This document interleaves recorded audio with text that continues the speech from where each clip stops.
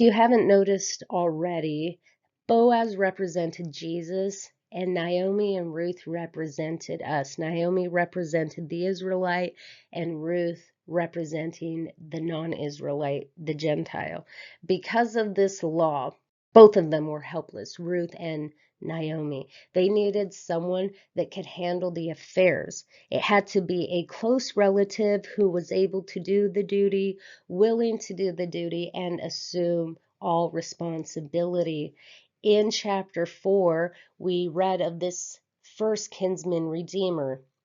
He was a close relative, but he couldn't fulfill the law completely. He wasn't able to marry the widow, to marry Ruth. Well, that first kinsman redeemer really represented this Mosaic law, this old covenant.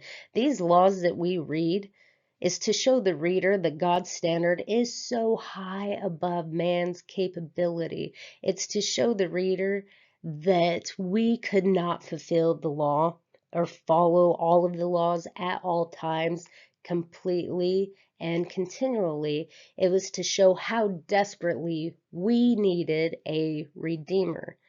Just as that first kinsman redeemer in chapter 4 couldn't redeem or save, so too the laws of this old covenant, the Mosaic law, can and never will redeem or save us. So God sends someone who can.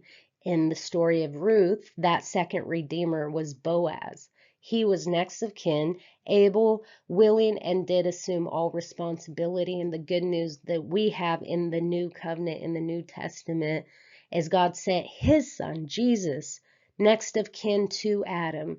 And Jesus was able, willing, and did assume all responsibility to redeem us, to save us. Adam, the first man who got us into this mess. In order to get out of it, we would have to follow all of these laws, but they were above our capability.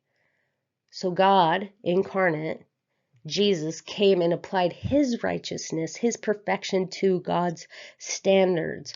What's required of us to stand sinless before God was done through Jesus, and all we have to do is receive it and believe it. He's our Redeemer.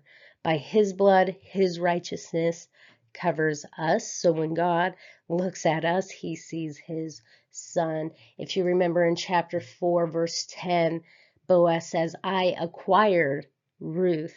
We read in 1 Corinthians chapter 7, verse 23, we were bought by the blood of Christ. On the cross, Jesus bought us with his blood.